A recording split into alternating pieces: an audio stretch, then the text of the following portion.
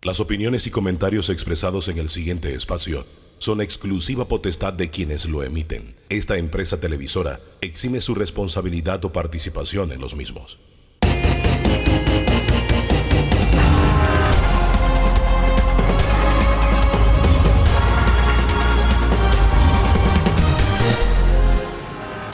¿Qué tal? Buen día, bienvenido, bienvenida a esta cita dominical con el análisis, las diferentes corrientes de pensamiento. Esta es la agenda para hoy.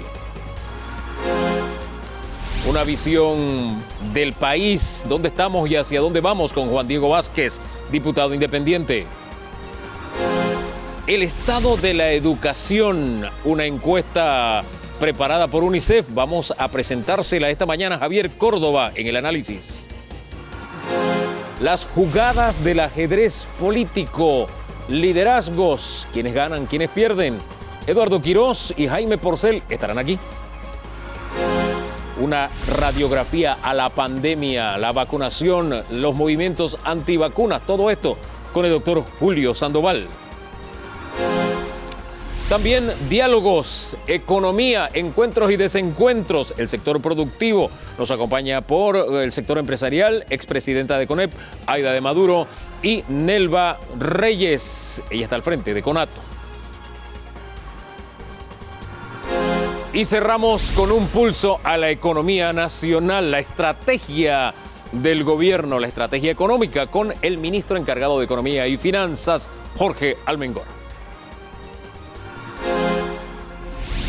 Está servida la mesa, don Danilo, saludos. Así es, una semana que nos va a traer mucho que decir, porque por un lado tenemos la tirantez económica y por otro tenemos la tirantez política. Y en el medio, la situación social. Bueno, en el ámbito político, un observador que está ahí en primera línea, protagonista, don Juan Diego Vázquez. Buen día y bienvenido. Buenos días, buenos días. ¿Qué lectura tiene usted del país en este momento? Bueno, mira, Hugo, yo creo que como ustedes bien lo han planteado, el país vive un momento, por supuesto que sanitario, principalmente por lo que la pandemia nos ha obligado a hacer y a dejar de hacer como personas, como gobierno, como funcionarios, en nuestras familias, como comercios, tal vez específicamente en los comercios, ha afectado directamente el debilitado tejido social que había en el país. Porque eso es algo que tenemos que tener claro. La pandemia, salvo algunos casos específicos, no ha creado situaciones nuevas. Ha venido a desenmascarar lo que por mucho tiempo políticos irresponsables o las personas que estaban en tanto privilegio que no lo podían ver, pero ha venido a desenmascarar la desigualdad con la que el país vive, si me preguntan a mí, desde su génesis, hace ya poco más de 100 años. ¿Qué significa esto? Que ahora estamos viendo los problemas de educación, los problemas de salud, los problemas de vivienda, los problemas de seguridad, los problemas de seguridad social. Y todos han venido a estallar porque han encontrado un excelente caldo de cultivo y un excelente catalizador en esta pandemia que a todos nos ha afectado. Entonces, ¿cómo está el país? Afectado económicamente, pero no es una afectación nueva. Y la mayor afectación que tenemos es la falta de empatía de los políticos y de las personas que tienen que tomar decisiones para que esta situación sea revertida, como lo pudo haber sido desde antes. Es decir, ¿están viviendo en universos paralelos los que nos dirigen la ciudadanía? Para mí, el presidente de la República y gran parte de su gobierno no conoce la realidad del país, o si la conoce no le interesa remediarla. Y es un problema que no viene de este gobierno, sino de los gobiernos anteriores también, en la que la desigualdad no se ha combatido. Dígame usted cuándo fue la última gran revolución de educación, cuándo fue la última gran revolución de salud, cuándo fue la última gran lucha contra la pobreza. No estamos viendo políticas públicas construidas, y los que hemos propuesto, porque dirán, ¿y qué proponer? Los que hemos propuesto en la Asamblea proyectos de ley son archivados, son rechazados, no son discutidos. Para eso siempre no hay dinero, pero para alquilar carros sí los hay. Entonces, tenemos que replantearnos la forma de hacer política pública. Pero ¿cómo nos replanteamos la política pública sin replantearnos a los políticos? Y es ahí donde la ciudadanía tiene que ser distinta, y tenemos que escoger personas no solamente capacitadas para el trabajo, sino comprometidas con combatir la pobreza. Porque eso es algo, y termino con eso. Recuerdo cuando yo estaba comenzando en la Asamblea, y no voy a decir los nombres para no causar tanto revuelo, pero hubo un grupo de diputados que me dijeron, es que Juan Diego, no podemos combatir la pobreza porque eso nunca se va a acabar. Y yo pensaba, ¿qué hacen aquí entonces? Si diputados en la Asamblea Nacional te dicen, es que la pobreza nunca se va a acabar, ¿qué haces allí entonces? Cuando la primera máxima en la lucha contra la pobreza es decir se puede combatir. Hombre, qué extraño, porque muchos de esos diputados vienen de la pobreza. O No, sea, ya no que están, sí se puede combatir. ya no están. Yo conozco diputados de todos los estilos, pero pobre no conozco a ninguno. Don Danilo. No, soy incompatible, pobreza y diputación. Bien. Señor diputado, tenemos un país que, como usted dijo, tiene sus mañas, tiene sus historias y tiene sus tradiciones políticas. ¿Ve usted que esta asamblea, la que se acaba de abrir, podrá tener un mínimo de estabilidad o de posibilidad de convergencia para que por lo menos de 1 a 3 leyes que usted considere, y que ojalá la pudiera mencionar ahora, que usted considere prioritarias, se puedan aprobar en este periodo? ¿Las hay y cuáles son? Bueno, mire, yo creo que los compromisos o la fórmula que tenemos que gobernar, uno no puede ser, digamos, unilateral. El país está tan afectado en tantos aspectos distintos que pensar en que solamente hay que aprobar educación, o solamente hay que tocar salud, o solamente hay que tocar corrupción nos va a resolver, eso es mentira. Hay que trabajar en todos los niveles, pero hay algo que yo siempre he dicho, y que algunos están de acuerdo conmigo, otros no, y me refiero a colegas y a gente afuera de la asamblea. Y es que yo siento que la asamblea mal puede seguir trabajando de forma opaca, de forma poco transparente, sin rendir cuentas, de forma poco clara, es decir, con un reglamento vetusto que mantiene privilegios, que mantiene formas de trabajo poco coherentes y pensar que algo va a salir bueno, porque dígame qué malo, es como la fruta del árbol prohibido, del árbol, envenenado. Si el árbol está envenenado, la fruta va a ser envenenada. Si la asamblea no trabaja bien, ¿cómo sale una buena ley de la asamblea? Entonces yo creo que hay que comenzar con lo que el presidente de la asamblea se comprometió, como lo han hecho otros, tengo que decirlo, pero se comprometió a hacer, y es a iniciar con la discusión del reglamento de la asamblea, a arrancar finalmente con las leyes anticorrupción. Y dirán, pero ¿por qué Juan Diego siempre con lo mismo? Y me gusta una metáfora que yo pensé en campaña y que, si me permiten, les voy a explicar muy rápidamente. Imaginemos que hoy los programas públicos que tiene el gobierno para educación, para salud, para seguridad, etcétera, son llaves de agua con tuberías. Las tuberías hoy están dañadas porque los planes no funcionan. Si mañana viene Danilo y es presidente de la República, viene con combate contra la corrupción, viene con buenas ideas, pero no cambia las tuberías y nada más cambia la llave por una más bonita, es decir, un buen programa, ¿cómo va a servir si el agua no va a llegar a la tubería? No llega a la llave, porque la llave tiene huecos de la corrupción. Entonces, antes de pensar en esos planes políticos, es decir, en cambiar la llave, hay que ver la tubería, porque al final no hay política pública sin políticos. Entonces tenemos que hacer las cosas bien desde el inicio para poder buscar esas transformaciones. ¿Qué proyectos hay que aprobar? Disculpa, conflicto de interés. Tenemos que aprobar, hay por lo menos 3 leyes en la Asamblea que hablan sobre la digitalización y cerrar la brecha digital que hay hoy, sobre todo en el tema educativo en el país. La ministra a veces yo la veo un poco tranquila cuando dice que menos de la mitad de los colegios en Panamá tienen internet, cuando eso es catastrófico en un país que además no lo debe poder justificar por la realidad económica y la realidad en cuanto al tema de internet y comunicativo que tenemos. Entonces hay una serie de proyectos que tenemos que aprobar, el de medicamentos que está en la Asamblea hace un par de años que no se ha discutido, que de verdad van a incidir directamente en la calidad de vida de las personas. ¿Cómo cambiamos esa tubería? ¿Eso tiene que ver con el cambio constitucional, con la Asamblea Constituyente? Yo creo que tiene que ver en principio con el cambio de la idiosincrasia de los panameños. Y mira, que yo creo que la palabra correcta no es cambio, ahí me equivoco, sino que nosotros entendamos cuál es nuestro rol como ciudadanos en el país. Y miren, yo, que fui el candidato más joven para la Asamblea, soy ahora el diputado más joven de la Asamblea, y la gente me pregunta siempre, ¿por qué tú corriste? ¿Por qué yo corrí? Porque cuando me iba a tocar votar, yo por primera vez voté esta elección, que puede votar por mí, sea las democracias haciendo magia, o desastre para mis colegas que no quieren que yo esté en la Asamblea. Pero el tema es que cuando yo dije, voy a votar, vengo de una familia que no es política, y yo me preguntaba, como casi abogado, ¿por quién voy a votar? A mí nadie me representa. Estos candidatos que yo veo y los diputados que estaban en el momento, con el respeto de que algunos son mis colegas ahora, no me representaban mis ideas. Entonces, ¿qué hago yo? Me siento, vengo a data abierto, me quejo, me paro afuera de la calle. ¿Qué hago? Aspiras, corres, cambias. Uno tiene que ser parte del cambio que quiere ver, decía Gandhi. Entonces yo creo que los panameños, para poder llevar con estas transformaciones de cambio de tubería, es decir, de cambio de forma de hacer política, tenemos que involucrarnos. Y eso puede ser, y no lo cuestiono, una constituyente, como algunos quieren llamar, una originaria, como algunos también estamos dispuestos en buscar la manera, simplemente uno aspirar a cargos, como lo hice yo en la elección pasada, hacerlo de forma correcta, potable e íntegra. Algunos querrán pensar en un golpe de Estado. Yo la verdad pienso que por supuesto hay salidas democráticas y otras no, pero lo que no podemos es quedarnos quietos. Y yo no soy quien para juzgar ninguna iniciativa ciudadana como la que usted ha planteado. ¿Cuál es Pero la más algo potable para tenemos usted? que hacer. ¿Cuál es la Algo más tenemos potable que para hacer. usted? La que traiga cambios inmediatos, la que venga de la ciudadanía, la que no esté planteada por algunos poderes e intereses políticos y económicos que son parte del problema y ahora pretenden vender que son parte de la solución. Y creo que con eso te digo cuál es la que creo y cuál es la que no creo, ¿no? Una constituyente originaria, entonces. Mira, lo que ocurre es que el proceso constituyente tiene que venir acompañado de una serie de requisitos. La constituyente requiere que la ciudadanía se empodere del proceso.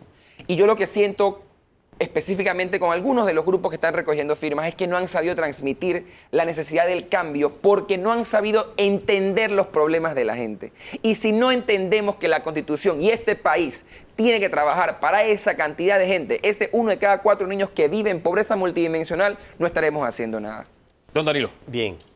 Usted ha tratado de conectar la realidad de la gente con la gestión política. A eso me debo dedicar en la Asamblea, ¿no? La intermediación. Exactamente. Entonces mi pregunta está planteada en esos términos. ¿Están los poderes del Estado capacitados para conectar eso? Es decir, acabamos de ver una elección de un presidente de la Asamblea que dejó, yo no quiero utilizar la palabra sorpresa, porque en política esa es una palabra que está bien sopeteada, por decirlo en términos muy panameños, pero que dejó ver audacia, por lo menos eso.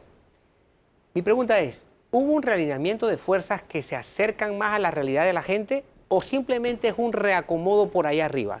Mira, como siempre lo digo, esta discusión no debe estar centrada en quién sea el presidente de la Asamblea, porque les pregunto yo, fue electo el presidente Castillero por 2 años consecutivos con una mayoría. Esa misma mayoría escoge a Cristiano Adames. La gente dice, pero ¿por qué no ponen a Juan Diego o a otro diputado? Si me hubiesen escogido a mí, ¿quién me hubiese escogido? Esa misma mayoría. Entonces, el problema no es específicamente el presidente de la Asamblea, sin salvarlo de algunas cosas con las que por supuesto difiero con el presidente. Sin embargo, es cómo están conformados los órganos del Estado. Usted me pregunta a mí si este revolcón que se hace va a permitir que haya, porque es un revolcón, usted lo ha dicho bien, más conexión con la ciudadanía. Todo va a depender de los colegas en la Asamblea lo que quieran hacer. Sí le digo algo. Los intereses económicos y los intereses políticos que por mucho tiempo, y todavía hoy, y lo digo como diputado que lo vivo, buscan impedir en algunos casos las transformaciones sociales necesarias porque van en detrimento de sus intereses económicos o políticos, operan mucho más fácil desde el Ejecutivo que desde la Asamblea. ¿Qué quiero decir? Que podamos pensar que la Asamblea juegue su rol de contrapeso, que podamos pensar que la Asamblea se distancie del Ejecutivo armónicamente. Yo no quiero que la Asamblea se enfrente al Ejecutivo, no. Quiero que lo ponga en balance, que lo fiscalice, como en inglés es un check and balance, que creo que la Asamblea, como decimos a veces, ponga en check al presidente. Pero ¿cuántas veces hemos visto que la Asamblea lo hace? Entonces, yo lo creo que tenemos que hacer como cuerpo, y ahí tenemos que buscar consenso, aun cuando no estamos de acuerdo en muchas cosas, es decir, ¿a qué nos vamos a enfrentar? ¿Y sabe qué ha faltado? Y le digo al presidente de la Asamblea con mucho respeto, bueno, está comenzando, ojalá lo piense hacer. ¿Sabes qué nos ha faltado y que no estuvo en la gestión anterior? El liderazgo. De como digo, yo con lo que no estoy de acuerdo, la gente ya lo sabe y lo digo. Y cuando el presidente de la Asamblea haga cosas como ya lo ha hecho, con las que no estoy de acuerdo, yo lo voy a decir. Pero ¿cuál es el tema? Que él nos siente a todos y nos diga, yo quiero combatir el problema del costo de los medicamentos. Y vamos a debatir este proyecto de ley. Sentémonos, pongámonos de acuerdo, pero tenemos que establecer puntos para poder trabajar en la dirección de un mejor país. Ojalá el presidente de la Asamblea lo haga. Él ha planteado algunos términos importantes en su discurso, ha conversado con algunos de nosotros sobre qué quiere hacer, pero se requiere a toda la Asamblea, porque ni él solo, ni yo solo, ni nadie solo va a transformar este país, sino en un equipo. Y ojalá con los mejores hombres y mujeres de este país. Los primeros pasos que ha dado, ¿qué le dicen? ¿Va en esa dirección? ¿Conformar comisiones de trabajo en un tiempo récord, por ejemplo? Comenzar a debatir ya en segundo debate algunos proyectos de ley. Comprometerse, bueno, no es el primero que se compromete con el reglamento interno, pero le vi... Yo creo que lo han hecho todos. Sí, todos lo han prometido en los últimos periodos, ¿no? Pero habló de conflicto de intereses que lo presenta su bancada y demás. Él tendrá el liderazgo, la audacia, para utilizar la palabra de don Danilo, para ir en esa dirección. ¿Qué le dicen los primeros pasos que ha dado? Mira, la verdad es que yo creo que es muy temprano para juzgar al presidente de la Asamblea por sus actos como presidente de la Asamblea. Hago la aclaración, ¿no? Ya el pasado de él como persona, como doctor, como diputado, esa es otra historia que yo creo que la mayoría conocemos porque no es un hombre nuevo en la política. Pero como presidente de la Asamblea, tenemos solamente 3 sesiones que hemos ido trabajando realmente en proyectos de ley. Sin duda alguna, la conformación de las comisiones en un tiempo récord es increíblemente positivo porque se han dado casos en los que por meses la Asamblea se va sin comisiones, y para que estemos claros, sin comisiones no hay trabajo, porque las comisiones aprueban en primer debate para mandar los debates a segundo debate, y sin eso no hay un norte. O sea que la Asamblea ha estado sin trabajar meses realmente, y con esta elección a 2 días de iniciado el periodo, la verdad es que es increíble, y hay que reconocer que se ha hecho ese esfuerzo de consenso para poder que las bancadas empiecen a trabajar, y ojo, no ahora que van a trabajar y que se aprobaron rápido, es que todos estamos de acuerdo. Ahora comienza la discusión, porque al final cada bancada pone sus nombres, Claro. y yo, por ejemplo, no controlo quién va a estar del PRD, porque sé que el PRD tiene 5 espacios. Yo tengo un espacio, yo decido quién va por mi bancada, o sea, mi bancada decide quién va por la bancada, y el PRD por el PRD, pero ahora comienza la discusión buena. ¿Qué quiero decirte con esto? A él, y le vuelvo a lanzar el reto al presidente de la Asamblea, ¿qué le ha faltado a mi juicio? Porque ha estado, quiero pensar, que se está organizando internamente.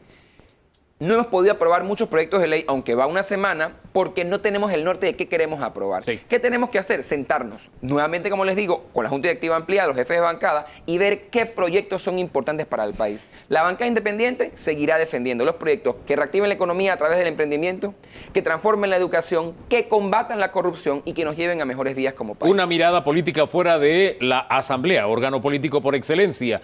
Los movimientos que se han dado esta semana, reunión con don Ricardo Martinelli, Yanivel Ábrego con sus 14 diputados, son 15 en total de Cambio Democrático, reunión con Alianza, reunión con Molirena, todos estos movimientos políticos y liderazgos, ¿qué le dicen? Bueno, me dicen que para bien o para mal, yo pese a ser diputado de la República y soy político, y me gusta decirlo porque creo que soy un político distinto y me honro en decirlo, y lo que me dice es que viene la política. Y no necesariamente la buena política, que es la que a mí me gusta en particular, y que vienen las elecciones. Y yo creo, como lo dije en una entrevista pasada, que esto tiene que llamarnos a una sola cosa, porque yo no me voy a sentar aquí a criticar, que bien podría hacerlo algunas jugadas porque no estoy de acuerdo, porque cada quien hace política como quiera. Aquí tenemos que hablarle, y yo aprovecho para darle a usted, que es el que decide. Porque si yo mañana digo me alío con Hugo o me alío con Danilo, esa es mi decisión. Pero usted decide si mi alianza con Hugo o con Danilo va a llegar al gobierno, va a llegar a la Asamblea, va a llegar a gobernar el país. Entonces, ¿qué tenemos que hacer? Los que yo me siento de los buenos, organizarnos. Porque lo que ha pasado históricamente es que la gente no tan potable es excelente organizándose. Y es buena cargando bandera, y es buena buscando los votos. Y los buenos, a veces nos sentamos y decimos que corra otro. Y cuando vemos, no corrió Danilo, no corrió Hugo, no corrió yo, no corrió nadie, ¿quién va a ganar? Los que se organizaron. Tenemos que organizarnos, y eso es lo que me dice estos movimientos, que si nos dejamos que solamente se organicen ellos, nos van a seguir quitando el país. Organicémonos los buenos. Eso me recuerda al que decía, sígame los buenos. Gracias, don Juan Ojalá, Diego. ojalá nos organice alguien con un poco más de liderazgo y un poco más de astucia que el Chapulín Colorado. De eso hemos tenido bastantes ya. Así, en política. Gracias, Juan Diego, por haber estado aquí esta mañana. Vamos a una pausa. En segundos regresamos porque haremos un análisis de la educación. ¿Dónde estamos y hacia dónde vamos? En breve, con cifras de UNICEF.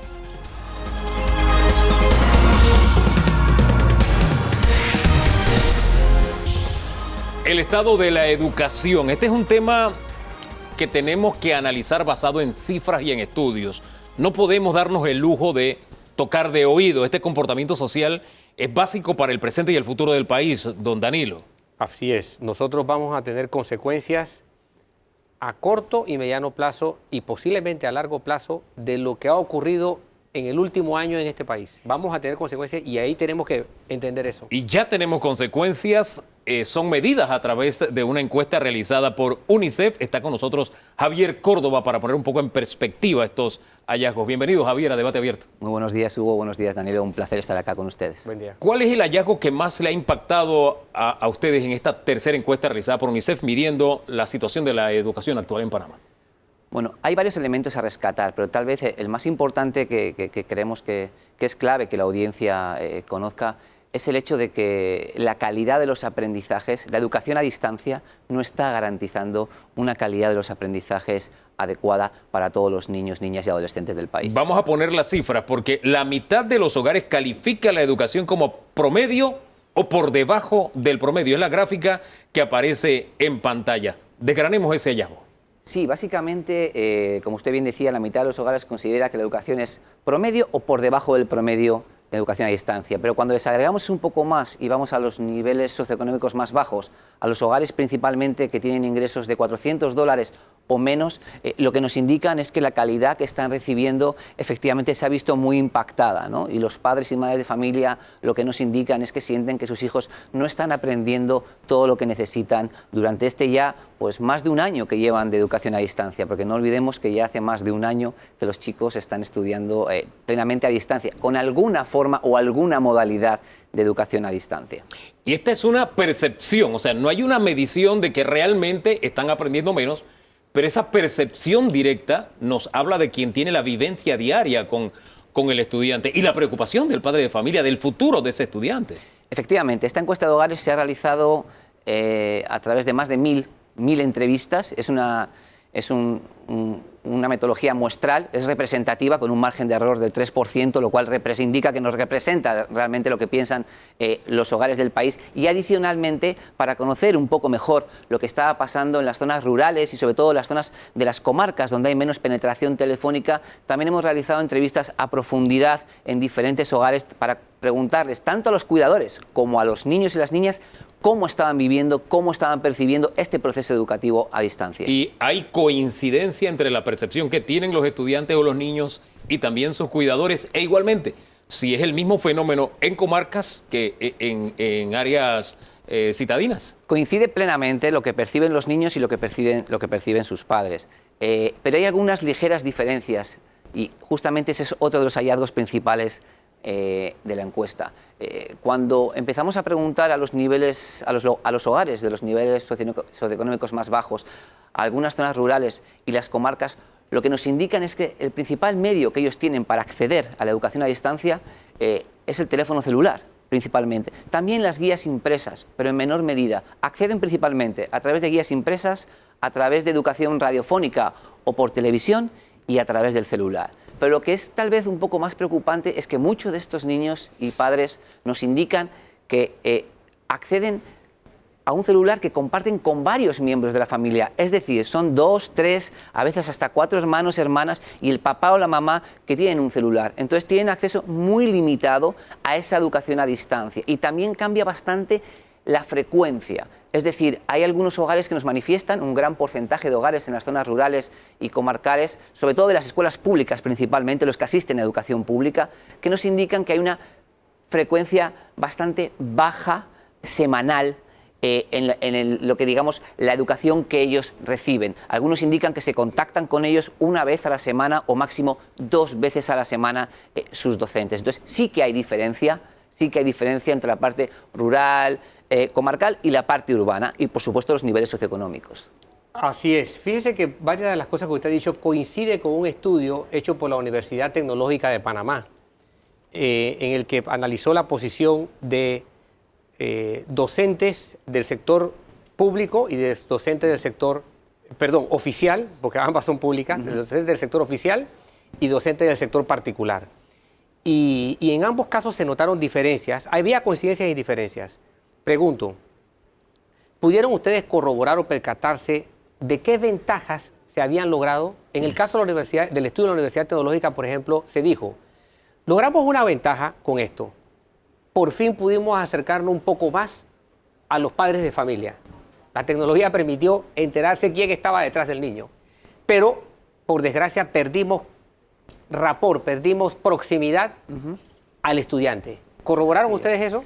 Efectivamente, lo que nos indica la encuesta es que 9 de cada 10 hogares indican que han estado conectados a la educación a distancia de alguna manera, lo cual es algo positivo. Sin embargo, al perdurar durante un periodo de tiempo muy prolongado esta situación, empiezan a aflorar ciertas carencias, ciertos desafíos que todavía tiene el país, no solo Panamá, es una situación mundial realmente, que es que todavía nos falta mucho para que los sistemas de educación a distancia estén consolidados. Hay desafíos con respecto al tema de la conectividad, por ejemplo, del acceso a equipos tecnológicos, como mencionaba antes, incluso de las propias capacidades que tienen los maestros y maestras para poder desempeñar el proceso de enseñanza-aprendizaje a distancia. ¿Qué duda cabe que este último año hay que verlo también como una oportunidad enorme que ha permitido al país acelerar muchísimo y hay que reconocer los esfuerzos del Ministerio de Educación y de otras instituciones públicas del Estado para avanzar en esa línea. Pero también es es justo y objetivo señalar que todavía no es suficiente y que nuestros niños, nuestras niñas no están aprendiendo todo lo que necesitan. Disculpe. Sí, hay otro asunto, ¿no? El uso de las redes sociales. Los profesores indicaban que se les caía, sobre todo los del sector oficial, que se le caía a la audiencia de niños a veces en 2/3, es decir, que podían nada más capturar a 1/3 de sus estudiantes y que desafortunadamente había una red que era la que más utilizaban, que era WhatsApp, pero que esa red no permitía tener el despliegue que necesita una educación. ¿Vieron algo como esto? Claro, efectivamente. Miren, en cualquier contexto de crisis o de emergencia, y lo que estamos viviendo ahora, yo quiero ser muy claro, estamos ante una crisis mundial, estamos ante una pandemia, una situación de emergencia prolongada y continuada, que afecta a diferentes aspectos de nuestra vida y que afecta sobremanera a los más pequeños, que son en realidad los que se encuentran en mayor situación de vulnerabilidad. Cuando eso lo extrapolamos al sector educación y como usted mencionaba, vemos que muchos de esos niños, la única forma que tienen de conectarse es a través del WhatsApp.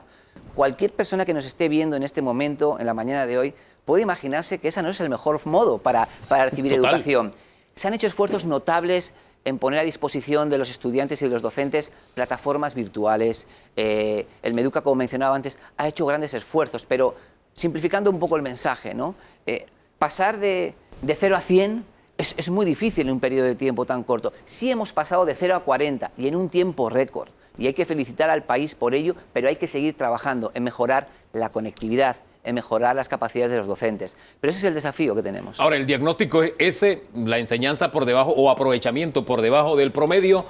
¿A qué aspiran? Quiero hablar un poco del retorno. Más de la mitad, qué coincidencia, aspiran a que los muchachos vuelvan a clases. Ese hallazgo es importante. Hablemos de él. Efectivamente, más de la mitad de los hogares nos indican que ellos estarían dispuestos, que querrían que sus hijos, que sus hijas regresen presencialmente a la escuela. 55%, vemos la gráfica en este momento al aire. Continúe. Efectivamente, 55% aproximadamente.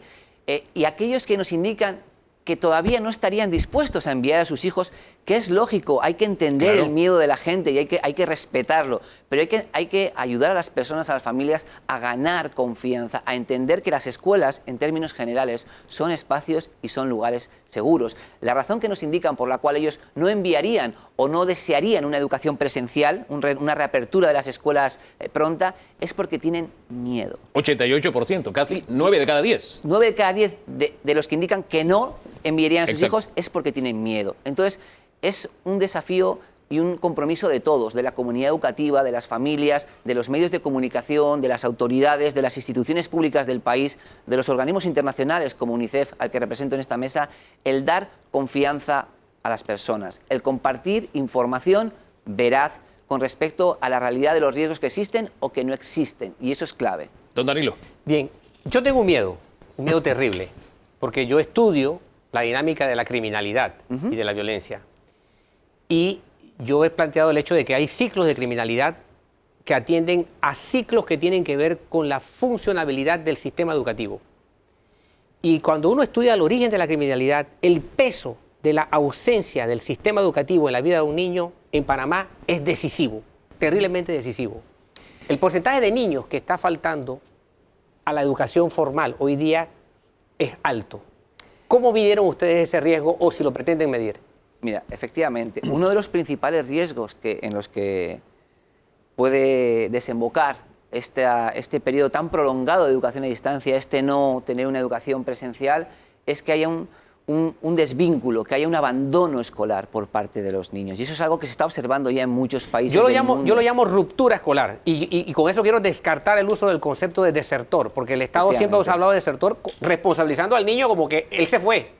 Sí, me alegra mucho escucharle enfocarlo de esa manera. Nosotros nunca usamos el término deserción porque es un término castrense, militar, que pone la responsabilidad en el niño. Y no es así. Es el sistema el que falla al niño o a la niña para retenerle. Un niño que con 11 años, 10 años deja de acudir a la escuela, ciertamente no podemos poner en ellos la responsabilidad. Pero como UNICEF estamos muy contentos porque el Ministerio de Educación es plenamente consciente de esto. Siempre hablamos de exclusión educativa y utilizamos el término abandono para, de alguna manera, y tratar de graficar lo que realmente ocurre. Y el miedo que tenemos, lo que estamos observando en otros países del mundo, es que efectivamente los porcentajes de abandono escolar, de exclusión educativa, van a incrementar. significativamente, drásticamente. ¿Cuál es la esto, realidad hoy de Panamá y del entorno? En Panamá, en este momento, las cifras son que de momento los estudiantes se mantienen en el sistema educativo. Por eso ha sido tan importante que estén conectados, como decimos. De alguna manera tenían que estar conectados. Por lo tanto, eso es un logro y un éxito. Sin embargo, a medida que se va prolongando el tiempo, se va acumulando lo que llamamos el rezago educativo.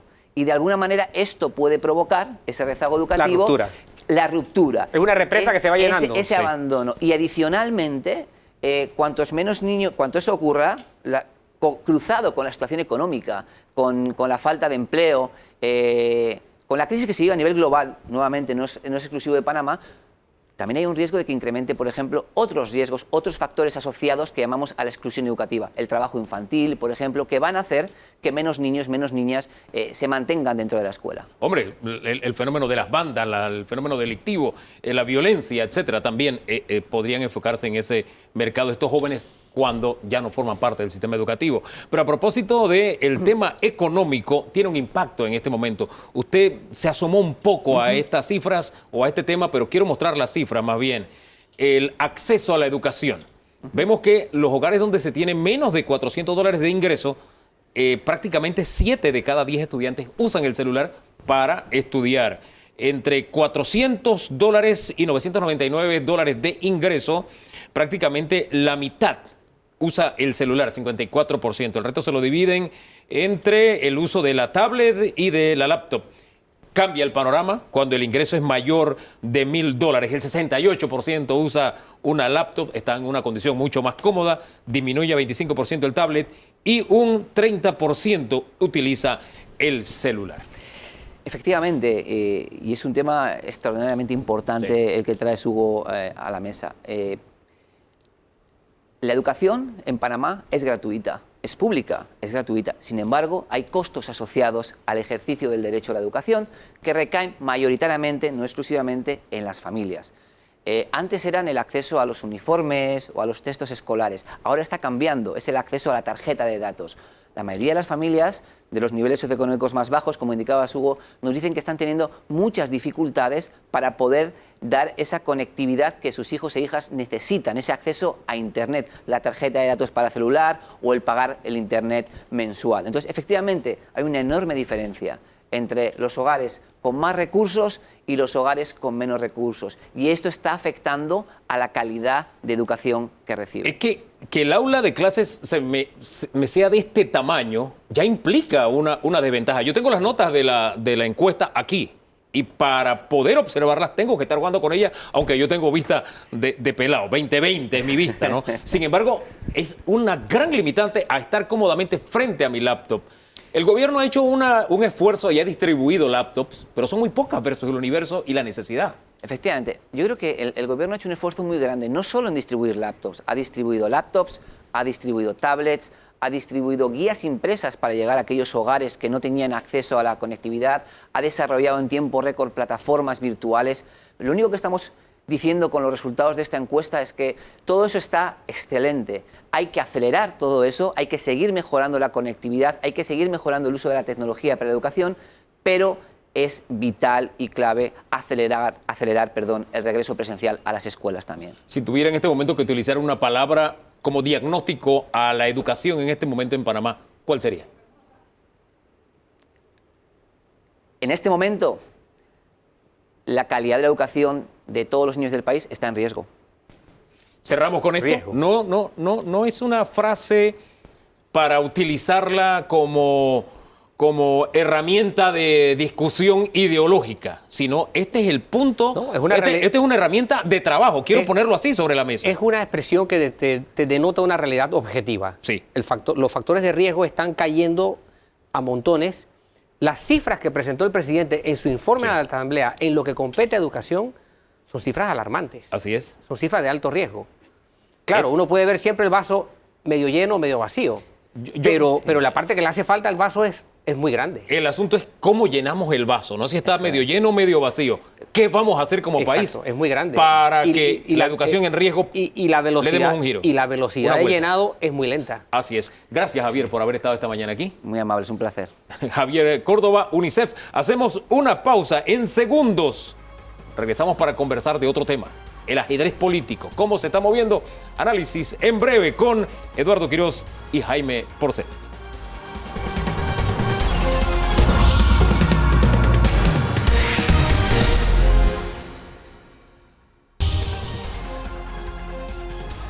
Estamos de regreso en Debate Abierto. Hablemos un poco de los movimientos en el ajedrez político. En Panamá se ha activado la vida política. No solo lo que pasó en la Asamblea, sino que cada uno de los partidos tiene frentes diferentes, don Danilo Toro. Sí, la vida política tiene ciclos en nuestro país. Ahora, lo único que los ciclos son bien cortitos. Sí. Son mucho más cortos que los ciclos de COVID. Ahora, ¿de alguna forma se han adelantado los tiempos electorales? No sé, eso es lo que quiero conversar un poco con nuestros invitados. Esta mañana están Eduardo Quiroz, él es analista, ha formado parte de este equipo. Bienvenido a su casa. Gracias, muchas gracias. Y don Jaime Porcel, politólogo. Gracias a los dos por estar aquí. ¿Cómo miden ustedes la temperatura del momento político en Panamá? Yo creo que hay dos realidades importantes, ¿no? Una es, efectivamente, todo se está activando, pero pienso que hay corrientes submarinas que no son fáciles de ver. O sea, muchas de las explicaciones de las divisiones dentro de los partidos, la Asamblea con esta votación tan sui generis, tiene explicaciones que no están en la escogencia del presidente de la Asamblea, que no están en la estructuración de candidaturas para el 2024. Y por el otro lado, una que me parece mucho más grave, y es que estamos en un momento como en que la política es paranormal. O sea, viven como extraterrestres. Hay una realidad en la calle tan grave y tan acuciante, económicamente, socialmente, políticamente, y la clase política está en las peleitas que podría... a veces lo siente uno como si estuviese en el Titanic, ¿no? Peleándose cuál es la habitación y el barco está... Esa metáfora es muy diciente. El Titanic hundiéndose y la gente peleándose cuál es la mejor habitación. Una realidad paralela están viviendo los partidos políticos. ¿Usted lo ve igual? Quiero hacer énfasis, quiero resaltar esa metáfora del ajedrez político. En realidad me parece magnífico porque si tú te pones a ver el ajedrez también supone una persona que juega contra otra, que va organizando sus estrategias en función de quién es el otro que está, qué tan novato, qué tan experimentado, que vive también en una especie como de incertidumbre, ¿no? Tú tienes que irte moviendo, tienes que ir ajustando tus jugadas en función de cómo el otro va moviendo sus fichas. Si sale con un alfil, ya tú sabes que es una jugada agresiva. Si se adelanta un peón y te abre el espacio para que salga el caballo, ya inmediatamente tú te vas dando cuenta en función de cómo va el otro ajustando su estrategia y tú la tuya. Efectivamente, eso es lo que estamos viendo.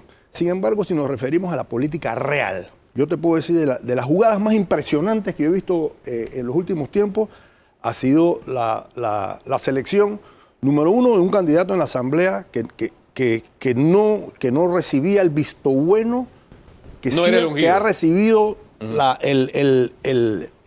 una Asamblea sumisa desde 1906, cuando Tomás Arias empezó a ponerse de acuerdo con Amador Guerrero, y de ahí usualmente hasta 1968, donde derrocan a Marco Aurelio Robles. Pero, sin embargo, la Asamblea parte de su desazón, parte de su desgracia con la opinión pública, es precisamente esa actitud de segundona con el Poder Ejecutivo, cosa que ahora vimos que se empieza a desprender y empieza precisamente, inmediatamente desde que arranca, en 3 días organiza sus comisiones, cosa que siempre tomaba un mes. En 3 días ya empezaron a citar a ministros, empieza a efectuar el papel de supervisión. O sea, vamos a ese fenómeno político. La Asamblea, ¿estamos ante una nueva Asamblea? Sin duda hay una mayoría con una nueva composición. Sí. Y eso tiene mucho que ver con lo que acaba de señalar Jaime, ¿no? Con que no pareciese que es la Asamblea que el Ejecutivo hubiese querido. Por otro lado, todos los partidos importantes tuvieron divisiones internas de manera significativa. No menos del 20% de sus miembros votaron con nóminas que no eran las que el partido estaba promoviendo. Y el tercer elemento, me parece, es que hay una realidad de fuerza política fuera de la Asamblea, en la que podrían participar diputados, pero fuera de la Asamblea, que está estructurando un ajedrez o que está estructurando una jugada que no necesariamente tiene que ser en función del 24.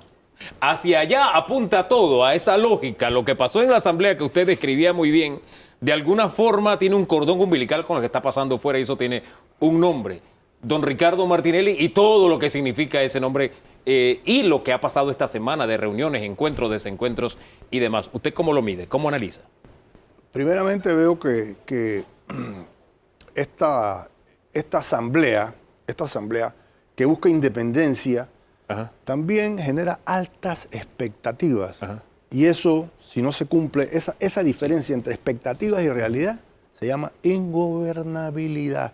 Si este crispianismo que estamos hablando, que estamos viendo, esta nueva tendencia a los panameños decepcionados, a los panameños deprimidos, a los panameños que no encuentran un liderazgo, que empiezan a mirar lo que está haciendo la emergencia esta de un nuevo líder que parece como una especie como de neotorrijismo. ¿Me explico? Cuando empieza a hablar de que este es el siglo del rescate de los recursos naturales y se pone inmediatamente enfrente del Poder Ejecutivo. Allí precisamente empieza a enmarcarse la lucha por lo que va a ser el 2024. Y en el 2024, por supuesto que vamos a tener a Martinelli como una de las figuras en la condición en que esté, ya sea con problemas ante la justicia, con problemas de su salud, con problemas de sucio. O sea, Martinelli, si usted pone, Martinelli tiene más de 6 frentes abiertos. Y Martinelli está batiéndose, como decimos nosotros, como gato pata para arriba. Y entre ellos, en medio de todo eso, genera una especie como de tremor nacional cuando se reúne con 14 diputados. Es que fíjese en este detalle. Por aquí pasó el expresidente Pérez Valladares y dijo que él no veía al señor Martinelli en las elecciones del 24. En esa misma línea se pronunció, creo que fue Sánchez Cárdenas, ¿verdad? Así es. Pero esta semana, de alguna forma, o desde que tomó posesión la Asamblea, de alguna forma, todo ha girado alrededor de ese nombre. ¿Realmente la política está girando en torno a él? ¿O qué es lo que está pasando con estos barcos políticos? ¿Hacia qué puerto nos llevan? Sin duda hay falta de ilusión. Yo siento que la clase política no es una buena expresión, pero quienes se activan públicamente están casi que desahuciados. Y la expresión es dura, pero fuerte. No hay un planteamiento realmente conmovedor. La realidad que está viviendo el país frente a las graves dificultades y adicional a eso, a una pandemia que no termina de aclararse cuándo es su final, presenta a un sector de la vida pública que está discutiendo temas que no guardan relación con ninguna de las necesidades de ahí que usted habla de la realidad paralela, de una clase política paranormal. Casi paranormal. Entonces, ante esa realidad, uno dice, bueno, ¿quiénes pareciera que tienen el rol protagónico? Sí, los que se activan más, los que hacen más ruido, los que en redes sociales ponen el tuit más escandaloso o el que hace la jugada más escandalosa mostrando alguna parte de su cuerpo, pero sin duda alguna, esa es una realidad que no se compadece. Entonces, yo creo que mucho de lo que está sucediendo tal vez va a tener poco impacto real, porque al final del día es el pueblo el que decide. Ahora, ¿dónde quedan liderazgos como el de Rómulo Rux, por poner un ejemplo y poner el nombre sobre esta mesa de ajedrez, después de todo este vaivén? Yo sigo el análisis que hace Eduardo. Sí. La política está escasa de utopías. Como las tuvo Arnulfo Arias, como las tuvo el propio Remón, como las tuvo Omar Torrijos, o sea, que fueron utopías en ese momento nacionalistas. La gente no logra conectarse, o mejor dicho, los políticos y la gente, los gobernados, los gobernantes y los políticos no logran conectarse dentro de un mismo discurso.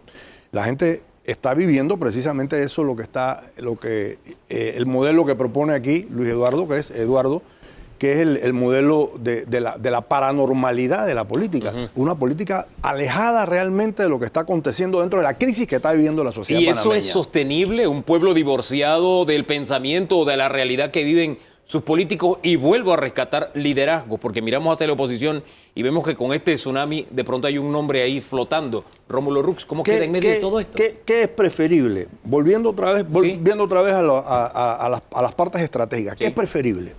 ¿Qué es preferible?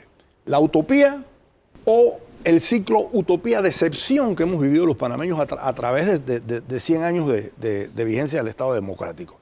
¿Me explico? Entonces, ¿qué sucede con Rómulo? Sí. ¿Qué sucede con Rómulo? O sea, Rómulo es interesante. Rómulo tiene una estrategia de dos cabezas. Ajá. Por un lado, está peleando por su partido, adversándose con las fuerzas que están alrededor de Yanivel Ábrego, y por otro lado, está erigiendo la bandera del genuino opositor, con miras precisamente al 2024. ¿Es sostenible eso? ¿Quién ha ganado, quién ha perdido con estos últimos movimientos?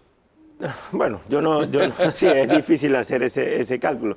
Y más si lo que he planteado, ¿no? Que yo creo que muchas de estas jugadas, al no tener conexión con la realidad, no van a tener un impacto, digamos, realmente significativo.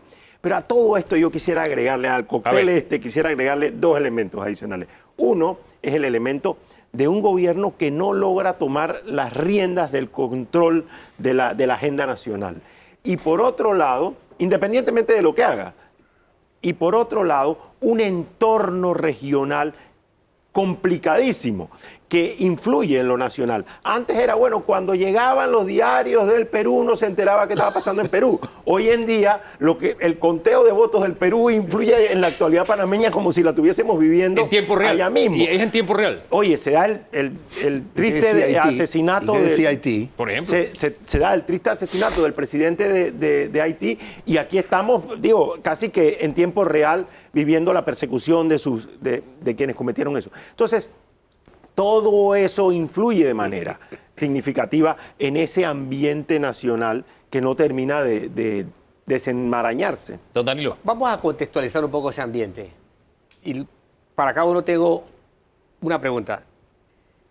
Panamá es un país atomizado políticamente, es aldeano. Esto último que ocurrió en la Asamblea nos refleja que hay ese fenómeno de aldeas políticas. Y por otro lado, ¿está el PRD en el poder o es un PRD permeado o perforado por otro actor político? ¿Quién arranca? Yo creo que los dos pueden hablar de la... Muy sabio, Jaime, muy sabio.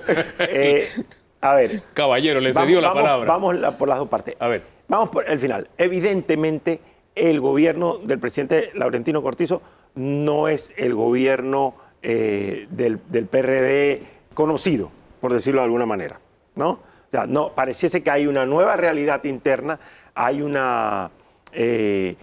demasiadas corrientes submarinas, y tal vez eso me lleva a la primera intervención. Hay muchas corrientes submarinas que no terminan de emerger, pero que están ahí y que están influyendo. Entonces eso evidentemente hace incluso que quienes adversan al PRD no conozcan la realidad porque no saben a quién están enfrentando. En el otro lado de la atomización,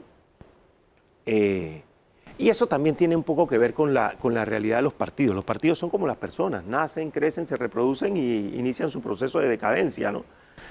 Para todos, unos en general. más rápido que otros. Unos más rápido que otros. Porque el envejecimiento es así. Algunos envejecen más que otros, más rápido que otros. El otro elemento de la atomización es lo más interesante, Danilo, que se puede plantear. Yo veo clarísimo que esa desconexión de la que hemos hablado genera una atomización. O sea, cualquiera a lo interno de cualquier organización, y esto no lo vemos solo en los partidos políticos, esto lo vemos en cualquier organización, clubes cívicos, club de padres de familia y tal, genera que puede plantear una corriente distinta, una división, una desestructuración, y de esa manera también restarle fuerza a la estructura de la que es parte. Entonces tú eres parte de una organización, pero no te sientes parte de esa organización y creas tu propia realidad, ¿no? Eso es lo que la Asamblea nos produjo el primero Su análisis, el mismo tema. Atomización, pero... Danilo es encuestador y él sabe que todos somos personalidades, que tenemos un montón de rasgos, pero que nos comunicamos también en función de ciertos principios, ciertos rasgos que nos hacen ser eso que llaman parte de un sector. Y que algunos también, yo también utilizo con mucho cuidado la palabra clase, ¿verdad? ¿Qué sucede en el PRD? El gabinete del presidente Cortizo es un gabinete de conjunción de fuerzas. ¿Qué fuerzas se representan ahí? Ahí se representan amigos del presidente, de su grupo íntimo, se representan gente que ayudó en la campaña, ya sea con votos o con plata, se representan también fuerzas del partido gobernante y fuerzas del aliado. Sin embargo, las fuerzas del partido gobernante que llegaron allí precisamente por pertenecer a los grupos del CEN, del Comité Ejecutivo Nacional, son absorbidos por el presidente y se desvinculan del partido. De ahí que sale, por ejemplo, Pedro Miguel en un momento dado con una denuncia diciendo esto no pasa por el PRD, a nosotros no nos consultan, claro. a nosotros, o sea, me han dejado solo en el playón, ¿verdad? Entonces, si bien es un gobierno que gobierna con cuadros del PRD, no se puede decir que gobierna en función de los postulados del propio PRD, que tiene también una visión estructurada y que además se dice socialdemócrata y torrijista. Discurso que retoma el presidente de la Asamblea. Nos queda solamente un minuto. Usted habló de partidos en decadencia. ¿Qué partidos están en decadencia? E igualmente, los liderazgos independientes, ¿cómo salen librados en todo este movimiento político que hemos visto en las últimas semanas? 30 segundos para los dos. Yo creo que los partidos son fundamentales para la democracia. Lamentablemente todos están en decadencia y eso hace que el sistema propio de partidos esté en decadencia. Las aspiraciones independientes tienen un espacio importante. Creo que la elección pasada lo demostró. 25% de la población votó por una opción independiente, pero al mismo tiempo no terminan de articular una propuesta que la ciudadanía entienda o que la ciudadanía no, que responsablemente pueda plantearse como una opción de futuro. Hombres, están viviendo su propia realidad, una realidad paralela, como usted decía, paranormal, aparentemente. Para mí no hay decadencia, para mí hay algo que es distinto, que es crisis. Y la democracia es crisis tras crisis tras crisis, y de crisis en crisis va evolucionando, se va acomodando, se va amoldando o va también involucionando. ¿Cuál es la crisis actual de los partidos? Bueno, la gente dice la falta de representatividad, los partidos no representan la voluntad de los electores, pero también hay otra crisis.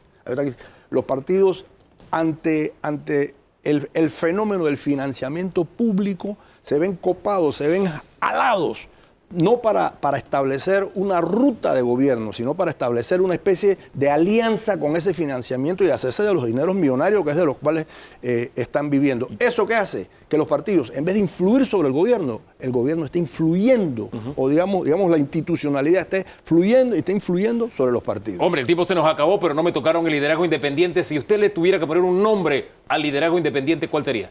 ¿O no hay liderazgo independiente? Un nombre. Evidentemente, Ricardo Lombana, Ana Matilde Gómez fueron quienes hicieron la presentación más importante en la elección pasada. Pero hoy por hoy no lo veo claro. ¿Y usted? Deme nombre. Liderazgo independiente me parece una quimera.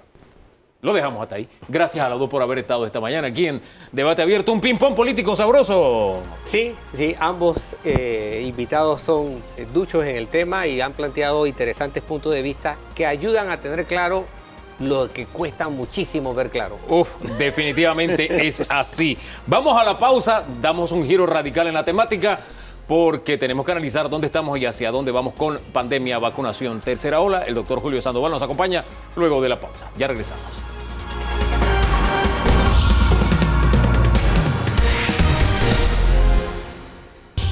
El doctor Julio Sandoval nos acompaña, él es internista. Doctor, buen día, bienvenido a Debate Abierto. Buen día, Hugo. Buen día, profesor. Una semana que cierra con preocupación hecha pública por parte de los internistas agremiados por la situación de Azuero y Colón, donde en Colón ya no hay camas en UCI.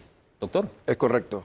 Esta tercera ola es una ola de los jóvenes y no vacunados. Nosotros principalmente son los pacientes que tenemos en nuestros hospitales, nuestras unidades de cuidado intensivo, población entre 20 y 50 años, que el común denominador es no vacunado. Y eso nos preocupa. En el interior, en Azuero, se han llenado las camas en los hospitales de la región, igual en Colón, y están trasladando bastantes pacientes al área metropolitana.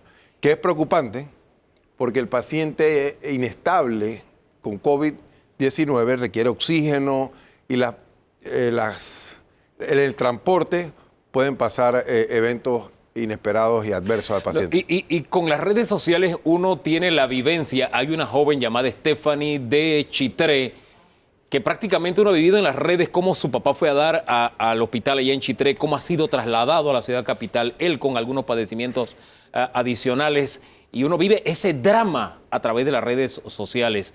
Esta proximidad, este acercamiento, ¿usted cree que siembran conciencia o la gente le ha perdido temor a la COVID? Es una mezcla de factores. Se ha perdido el respeto, había una disminución en la relajación de las medidas de autocuidado que tanto hemos aprendido. Como repito, como está afectando más a la población joven, gente que va a los parkings, a fiestas, donde no sabes quién está vacunado, quién no, todavía la vacuna no ha llegado a esa población. Y pienso que había algo de descuido y relajamiento en esas medidas que tanto aprendimos al principio. Don Danilo. Doctor, mover a un paciente de un punto de 100, 200, 300 kilómetros de distancia a otro punto, no solamente genera un riesgo para el paciente, como usted lo acaba de señalar, sino que también genera un desajuste porque el paciente no se puede mover solo. Correcto. Es decir, usted necesita sustraer a un personal que vaya con el paciente. Y eso también debe causar algún desbalance en el sistema de atención de donde viene ese paciente, porque esa persona que está ahora pegado a un solo paciente, antes tenía que ver otros pacientes. ¿Cómo está el personal médico hospitalario enfrentando esta nueva situación? Pretendíamos o creíamos que con la caída de los casos de la primera y segunda vuelta, pues ya el personal podía descargar un poco sus tensiones, pero pareciera que no va a ocurrir eso ahora. Y dos, en la misma vía con respecto al personal, conseguir una cita, ya no del sector público, sino del privado, no es posible que sea antes de mes y medio. ¿COVID está incidiendo en esto? Claro que sí. Son dos buenas preguntas. La primera, siempre que uno traslada a un paciente en condiciones adversas me refiero a la condición clínica de inestable, tiene que considerar transporte, ambulancia bien equipada, con un equipo de ventilación y monitoreo adecuado, con enfermera y terapeuta respiratorio, incluyendo por lo menos un médico general. Y que el oxígeno no se acabe en ese transporte. Eso es lo que es preocupante, porque los pacientes con COVID grave requieren altas concentraciones de oxígeno. Entonces sí, provoca un desajuste en el equipo humano que está alrededor de un paciente en una unidad de cuidados intensivos, en este caso en el interior del país. Y donde más se ve afectada la atención es con el personal de enfermería. Enfermería y terapeutas respiratorios, técnicos de enfermería, ya que en ocasiones un intensivista puede distribuir su tiempo atendiendo 6 pacientes a la vez. Pero esos 6 pacientes, cada uno requiere una enfermera, un terapeuta pegado ahí 24/7. Entonces, el personal más crítico que carecemos en estos momentos, sobre todo en el interior del país, es el personal de enfermería. También en Ciudad de la Salud nos hace falta personal de enfermería y terapeutas respiratorios. ¿Este déficit qué implica? ¿Necesitaremos nuevamente traer médicos del extranjero, para no decir cubanos específicamente? Don Hugo, los colegas cubanos no se han ido del país. Ellos todavía están en el país.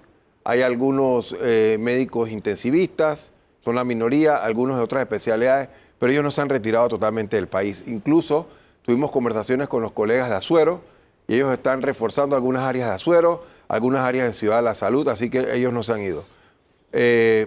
Hay que hacer algo para cubrir ese déficit del que nos habla. Bueno, hay que reestructurar, hay que volver a hacer un censo de los médicos especialistas del país para que nuevamente nos aboquemos a atender a los pacientes, no solo los intensivistas, otras especialidades. Ese cuadro de médicos, enfermeras, incluso camilleros que veíamos a veces sentados, recostados, cansados, cuando tuvimos la segunda ola, ¿eso viene en el futuro inmediato o no está en el horizonte? No se ve eso ahorita preocupante. Más bien siento que hay que reorganizar la estrategia con el personal que tenemos en este momento. Reorganizarnos, siento, y lo hemos visto objetivamente por estudios, que la vacunación ha ayudado a disminuir la incidencia de afectación de gente adulta mayor que moría en los primeros meses de pandemia. Hemos visto que en gente que se contagia, estando vacunados, les da un cuadro leve, no caen en los hospitales. O sea que siento que el personal ha sentido que eso ha aliviado un poco la carga. Hombre, el caso de José Isabel Blandón, que creo que usted lo atendía o atendía a la esposa. Lo ¿no? estamos atendiendo ambos en este momento. Nos decía don José Isabel Blandón que él tenía las 2 vacunas y que lo que él ha tenido es casi un resfriado, por decirlo de alguna forma. Afortunadamente ambos están evolucionando bien y a él, sobre todo, que ya tenía sus 2 dosis aplicadas completas, está teniendo una mejor evolución. Porque ella tenía una nada más, Una. hasta donde tengo entendido. A propósito de esta de las gráficas de cómo ha impactado la vacunación en las defunciones, yo quiero mostrar esta que recibimos esta semana y quiero que le explique a usted, doctor, esta gráfica donde vemos una línea roja, que es la parte superior, ahí vemos que son las muertes sin vacunas, y la línea verde, que es la descendente, las muertes con las vacunas. Explique un poquito esta gráfica, por favor, doctor. Excelente gráfica, Hugo. Mira, ahí se ve claramente el efecto positivo de la vacunación masiva. Estados Unidos pasa de tener 4.500 muertes por 100.000 habitantes a menos de 200 muertes por 100.000 habitantes una vez aplicó la vacunación masiva. Y hablando un poco de data local, la Sociedad Panameña de Nefrología recientemente ha emitido una prepublicación que va a ser oficial próximamente, donde nuestros pacientes con enfermedades renales crónicas que se dializaban, la tasa de mortalidad ha disminuido del primer trimestre de 33% a 18% en el segundo trimestre de este año. Hemos disminuido 15% la tasa de muerte de nuestros pacientes con enfermedad renal crónica, gracias a la vacunación. Y esto hay que hacer énfasis porque estamos inmersos en una campaña de desinformación, mitos y fake news con respecto a la vacunación. Yo le quiero transmitir a la población que la vacuna y el proceso de vacunación es la única salida que tenemos de esta pandemia. Ahí vemos gráficas de los Estados Unidos, tenemos data local, que eso ha incidido en que nuestros pacientes dejen de morir por esto, sobre todo la población mayor que sí está completamente vacunada. Esta nueva oleada, le iba a dar la palabra a don Danilo, pero ahora que habla de esta oleada de infodemia. Infodemia es el término. He notado que incluso va dirigida específicamente a algunos líderes de opinión, como usted, el doctor Saint Lloren, el doctor Ortega Barría. O sea, los cañones no solamente van dirigidos a no te vacunes, confía en este mejunje que tengo yo, sino que también atacan a quienes de alguna forma se han convertido en referentes en esta pandemia, doctor. Correcto, Hugo. Y más allá de que nos incomode esos ataques infundados que a veces no tienen ni contrasentido, como diciendo que somos los anticiencia, cuando somos los que venimos a estos programas con evidencia, con estudios, con publicación, lo que más me preocupa es escuchar a nuestra gente humilde, a nuestra gente del interior. Yo he recibido llamadas de diputados, de Coclé, de Azuero, de autoridades locales, diciéndonos que ahora la población no quiere ir a vacunarse con AstraZeneca o con Pfizer porque han escuchado esto que se difunde por redes sociales. Entonces el mensaje, y es doblemente inmoral, que médicos, o dicen llamarse médicos, estén promoviendo la no vacunación cuando saben que es la única salida de esta pandemia. Entonces un mensaje a la población humilde, a la población del interior, que sí a veces maneja estas redes sociales o mensajes que se mandan por video. Las vacunas con que cuenta Panamá, tanto de Pfizer como AstraZeneca, ambas han pasado por estrictos procesos de investigación que garantizan dos cosas importantes: seguridad y eficacia. Los efectos adversos son ínfimos comparados con el riesgo de morir por COVID. Así que vacúnense y no tengan ningún temor de estar escuchando falsedades acerca de las vacunas. Don Danilo. Doctor, he estado viendo en noticias internacionales en algunos países que están realmente más tensos, más preocupados por acelerar el ritmo de vacunación, si pueden cruzarse vacunas para la población. Están comenzando a investigar, no están comenzando, ya han adelantado bastante, a ver si una persona que se puso una vacuna puede ponerse otra vacuna y así enfrentar el riesgo en proporciones más disminuidas, por decirlo de alguna forma. Eso me gustaría saber su apreciación, si hay alguna luz al respecto, si puede haber lo que llamo el cóctel de vacunas en tiempo presente y a tiempo futuro. Ese término que usted acaba de decir es correcto, se llama Convivax. Y hay estudios que están combinando distintas plataformas de vacunas, algunas con RNA mensajero versus las que tienen virus atenuados, pero todavía no es concluyente. Así que mi recomendación en ese sentido es que sigamos con el programa de vacunación tal cual lo tenemos, pero aprovecho esa pregunta para transmitir algunas otras cosas docentes. Por ahora no hay ninguna evidencia. Hasta hoy, y estuvimos revisando antes de venir al programa, FDA, la EMA, el CDC, que recomiende terceras y cuartas dosis. Por ahí estaba la gente preguntando si hace falta una tercera dosis. Hoy, por lo que pasó en Israel principalmente, es correcto. El dictamen de los 6 meses que perdía eficacia supuestamente. Por ahora no hay ninguna recomendación oficial que necesiten dosis adicionales. Cumplamos nuestro esquema de vacunación. El paciente COVID recuperado sigue siendo la indicación de que con una sola dosis más su enfermedad de recuperado está bien protegido. El resto de la población, colóquese sus 2 dosis y recuerden que el concepto de completamente vacunado es 14 días después de la segunda dosis. Así que tampoco bajen la guardia porque hemos visto pacientes que se contagian en ese periodo de tiempo. Otro tema que ha dado lugar a debate esta semana es que uno de los efectos adversos supuestamente de la COVID es la disfunción eréctil. ¿Qué tan cierto es eso? Bueno, una noticia más alentadora para los que quieran vacunarse. Recientemente la revista Andrology sacó un artículo donde ya sabíamos que el COVID produce disfunción endotelial. El endotelio está por todo nuestro cuerpo, corazón, riñón, pulmones, etc. Bueno, esta revista publica que la afección por COVID puede producir disfunción eréctil debido a la disfunción endotelial. Y es una de las enfermedades crónicas no comunicables. O sea, el paciente no lo dice, prefiere ese mito, pero ya se ha documentado que sí es posible. Así que uno de los beneficios adicionales de la vacunación en el hombre es evitar disfunción eréctil. Ahí hay una razón adicional para vacunarse. Entonces, doctor, gracias por la orientación esta mañana. Vamos a la pausa. Comenzarán los empujones en la fila. Dios quiera que así sea. Y regresamos en segundos a análisis de los diálogos y la economía, en breve, con el sector productivo, obreros y empresarios, aquí en Debate Abierto.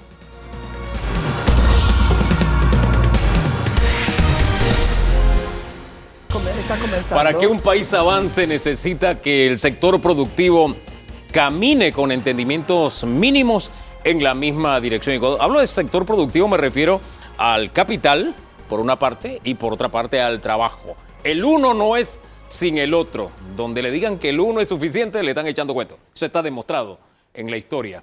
Y hemos invitado a 2 representantes de estos sectores para conversar dónde estamos y hacia dónde vamos. Nos acompaña Nelva Reyes de Conato. Así es. Y también Aida de Maduro, expresidente de CONEP. Buenos días a las 2. Muy buenos días. Y bienvenidas. Hugo. Gracias.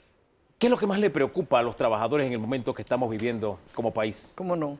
Bueno, hay varias cosas que nos preocupan. Una, la situación de la suspensión de trabajo, de los contratos de trabajo, que sigue muy fuerte. Lo otro, la utilización de reintegrar a compañeros trabajadores y despedirlos por mutuos acuerdos. Y estos mutuos acuerdos se han estado dando en muchas empresas que lamentablemente el compañero o compañera queda sin trabajo. Lo otro que nos preocupa es la cantidad, o sea, más de 717,000 trabajadores están en la economía informal. Eso es muy alto. Y bueno, y eso lo venimos trayendo de antes casi de la pandemia. Ahora eso se ha incrementado. Así y dentro de esto hay una cantidad de mujeres alto. Lo otro que nos preocupa también es que Panamá tiene un estudio que hizo la doctora Yolanda Marco, cerca de 80,000 mujeres, mujeres y hombres, pero hombres son cerca de 7,000 que son trabajadoras del hogar. Y estas trabajadoras del hogar, bueno, cuando se da la pandemia, lo primero que se cortó fue este trabajo, ¿no? Muchas se fueron sin siquiera pagarles lo que tenían de días trabajados y hoy están lamentablemente desempleadas. Y lo otro, Hugo, rapidito, es la situación a nivel del campo. Todo aquel trabajador que labora a nivel de una economía de subsistencia no cuenta con un apoyo de parte del Estado, de parte del gobierno nacional, para ellos poder desarrollar esas labores. Entonces, ¿a qué nos referimos con esto? Por ejemplo, las semillas. Una libra de semilla le cuesta entre 14 y 16 balboas. A alguien que no tiene ingresos, 14 balboas es bastante para poder comprarlo en una libra de semilla. Tendría que comprar mucho más para poder, por ejemplo, sembrar 1 hectárea de tierra. Ese es el panorama de preocupación del sector obrero, el sector empresarial. Si tuviera que hacer un panorama, su foco de preocupación, ¿cuál es en este momento, Aida?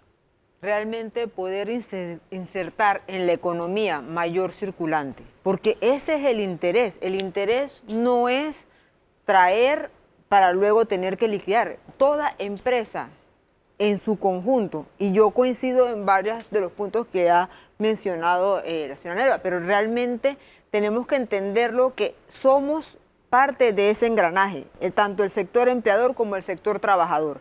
Entonces tenemos que tener ese compromiso, y ese compromiso lo tenemos que adquirir todos en la población. No es que uno es fuerte y el otro es débil, porque las empresas grandes o pequeñas o aún las microempresas estamos pasando por la misma situación, a donde no hay cómo sostenerlo a los niveles que teníamos antes. Y antes hablo 2019, a donde ya la situación país era complicada. Y fíjese que usted ha dicho, no es que unos somos fuertes y otros somos débiles. Yo lo pongo de otra manera, no es que unos son buenos y otros son malos. Estamos ante una situación que nos está afectando a todos, pero quería la visual de cada uno, porque de alguna manera, al compartir el mismo país, tenemos que encontrar vasos comunicantes para buscarle o encontrarle una salida a esas preocupaciones. Por lo general, el que cumple con esa función, porque se necesita circulante, dice el sector privado, se necesita generar más empleo. La preocupación de ustedes es el empleo. Que no se va, no es que está desligada. Sí.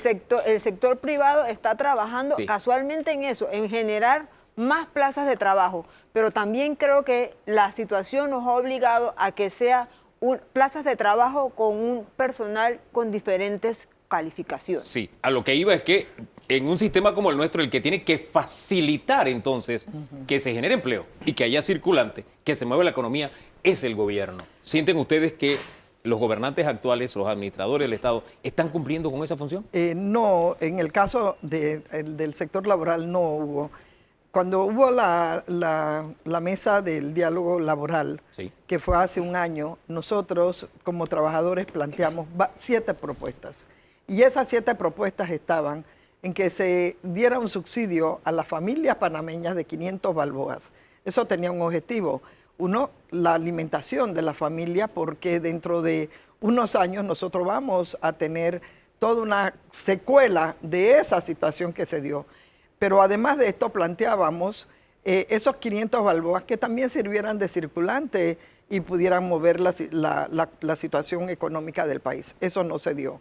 Planteamos también que aquellas micro, mediana y pequeña empresas lograran, se les diera unos subsidios, unos préstamos blandos, y que esos préstamos permitieran que las pequeñas empresas pudieran activarse, ¿no? ¿Qué sucede? Eso, pero había una condición que nosotros señalábamos, era que no se despidiera a un solo trabajador de esas micro y pequeñas empresas.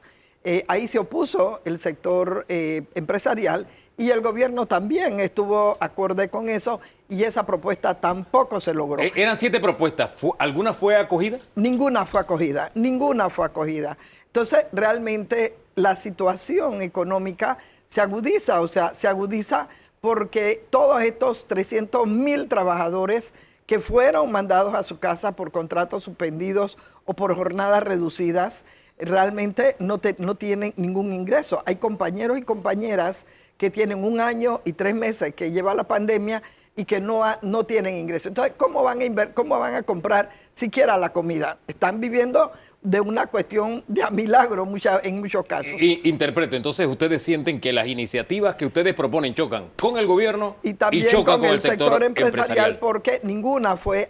Mire, que esta yo pensaba que era muy sencilla, si ahí el gobierno está dando producto de los préstamos que el Estado está adquiriendo, está dando unos préstamos blandos o préstamos no retornables, o no son préstamos, sino dinero no retornable de 1.000 o 2.000 balboas, y no lo elemental que me parecía, por lo menos, era que se comprometieran a que no se despidiera ningún trabajador, y eso no se hizo, que era una cuestión sencilla, era una cuestión práctica, porque aquí el problema, Hugo, también es que los trabajadores, mire, nosotros tenemos compañeras y compañeros que tienen contratos suspendidos, y el sector empleador ha contratado compañeras y compañeros con menor salario, y entonces uno se pregunta por qué no reintegran a estos compañeros que tienen un contrato suspendido.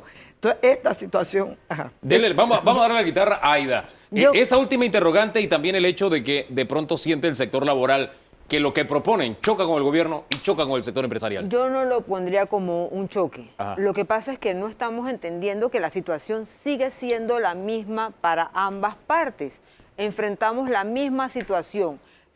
Si no hay circulante, si no hay un ingreso para las empresas, tampoco hay cómo enfrentar el tener la misma planilla, tener a los mismos colaboradores para llevar el proyecto adelante. A mí no me gustan mucho las generalizaciones porque yo creo que si hablamos de manera general, tampoco podemos tratar de corregir lo que no se esté haciendo bien. Porque yo creo que uno puede poder explicar el por qué en la situación específica que explica, que por qué a ese colaborador no lo pudieron. Pero si lo hacemos general, entonces pareciera que fuera la práctica de todos los empleadores y no es cierto tampoco.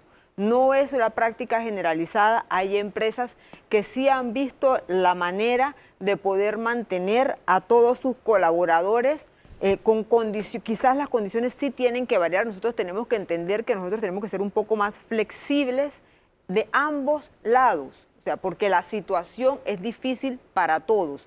Las empresas no tienen su capital guardado debajo de un colchón y luego vamos a tenerlo. De hecho, la microempresa trabaja con el capital que entra, vuelta y se reinvierte y vuelta y se reinvierte. O sea que no hay un ahorro específico en las empresas para poder sostener, estar un periodo indeterminado sin recibir ningún ingreso, sin generar ninguna actividad y luego retomarlo como si nada hubiese sucedido. Y eso tenemos que tomarlo en cuenta porque es la única manera, con el apoyo de todos, que vamos a poder llevar adelante el país. El país no se puede mover con uno de los sectores. En cuanto a la parte del gobierno, el gobierno juega un rol muy importante. Y ese es en la toma de decisiones que sean oportunas y pensadas con repercusiones a largo plazo. ¿Y lo está haciendo? ¿Está jugando ese papel? No, siento que ese rol sí no lo estamos haciendo y se ve en los procesos de vacunación que han explicado que es un proceso dinámico, pero hemos ido cambiando como a quién vamos a vacunar, a quién sí, a quién no, y eso hace que uno no pueda planificar a largo plazo. No podemos seguir teniendo cortes en cierres, en tener los periodos de cierres a las 10, a las 11, que mañana cerramos los domingos, porque es que la actividad no se puede planificar con medidas que pasan de una semana a la otra. Claro. Y ya yo estoy listo para hacerlo. Entonces esperamos que se pueda reactivar todo el sector, el agro. El agro no depende de la pandemia, el agro depende de las condiciones climáticas. Entonces, ¿cómo vamos a decir que hoy cerramos y mañana no? Don Danilo. Sí. Teniendo esta desventaja desde el punto de vista de la observación suya, incluso de la observación del sector laboral, de la parte de los trabajadores, yo pregunto, ¿por qué ha costado o cuesta que haya un punto, un espacio de convergencia entre el sector empresarial y el sector laboral por iniciativa propia, que no dependa necesariamente de la convocatoria del Estado o del gobierno? Estamos en una crisis, hay una situación apremiante. ¿Por qué estos sectores no pueden converger en un espacio de coincidencia y decir, vamos a abordar estos temas para ver cómo juntos podemos hacerlo? ¿Por qué hay tanto espacio entre ambos sectores? Yo creo, la misma pregunta para ambas. No, yo siento que se han dado espacios a donde sí hay esa situación y se buscan los mejores, o el tema que sea sostenible para ambos, para el sector empleador y el sector trabajador. Y eso se ha dado en el INADE y se da en la Fundación del Trabajo, a donde sí tienes ese intercambio entre el sector empleador y trabajador. Nosotros somos un engranaje, nosotros no podemos trabajar ninguno independiente del otro. Pero si buscamos que el planteamiento sea que que uno de los dos lados, cualquiera que sea el lado, así sea el gobierno, o sea, que sea el que tiene que aportar y sostener al otro, porque tenemos que ver, siempre vamos a tener cómo podemos aportar para producir y llevarlo adelante. Si no, nunca vamos a poder llegar a un acuerdo, porque a mi parecer, nosotros en Panamá tenemos quizás una costumbre de buscar quién más lo va a hacer, en vez de ver qué es lo que yo voy a aportar, Claro. sino quién más lo aporta. ¿Hay esos espacios de entendimiento?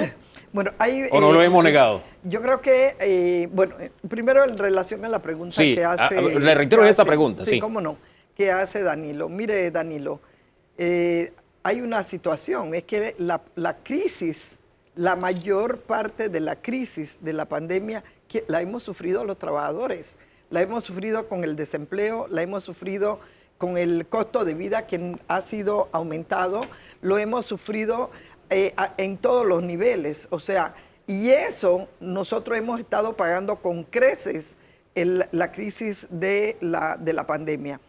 Hay una cuestión, o sea, yo sí creo que se puede llevar hacia pero que se respeten las decisiones. Mire, ¿cómo es posible que usted tiene 30 trabajadores y de esos 30 trabajadores, bueno, deja 15 porque los otros por la medida de bioseguridad y lamentablemente esos 15 están haciendo el trabajo de los 30 trabajadores? ¿Qué representa eso? O incluso en la banca. En la banca hay una cantidad de trabajadoras, sobre todo de ejecutivas, que están desbordadas porque están haciendo el trabajo de otras 10 que no están en la empresa. Entonces, eso es una forma de explotación que se da.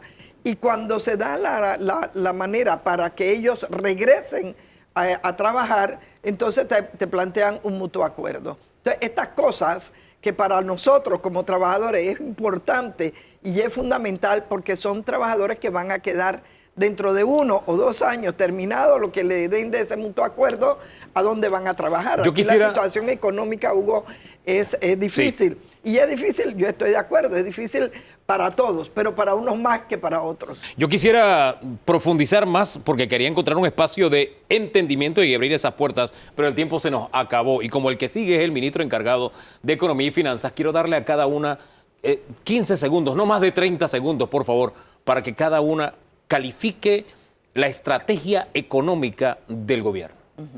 Bueno, en primer lugar, yo siento que la estrategia económica del gobierno está respondiendo a las posiciones neoliberales aquí en este país. Y eso, Hugo, para todo el pueblo panameño es un riesgo muy grande que se siga manteniendo políticas neoliberales que ya en muchos casos han sido un fracaso y que se mantengan. Aida.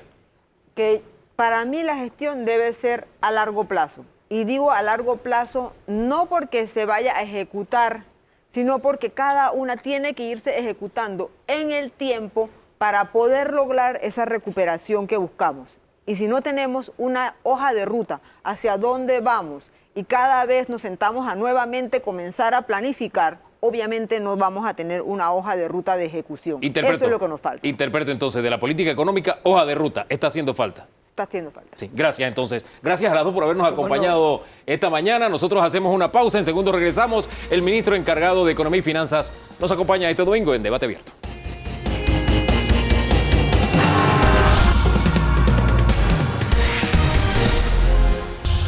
Hablemos del pulso económico del país desde la óptica de la administración Cortizo. El ministro encargado de Economía y Finanzas nos acompaña, Jorge Almengor. Señor ministro, bienvenido. Buenos días, Hugo. Buenos días, doctor Toro. Buenos días a todos los televidentes. Cerramos el segmento anterior hablando con Aida de Maduro y Nelva Reyes. Las dos planteaban preocupación de acuerdo a la estrategia económica del gobierno. Sector empresarial diciendo no hay una hoja de ruta, eso es preocupante, dice, y el sector sindical diciendo estamos usando un esquema neoliberal desgastado que nos va a traer más dolores de cabeza. Su respuesta a esas dos preocupaciones que dejó el segmento anterior.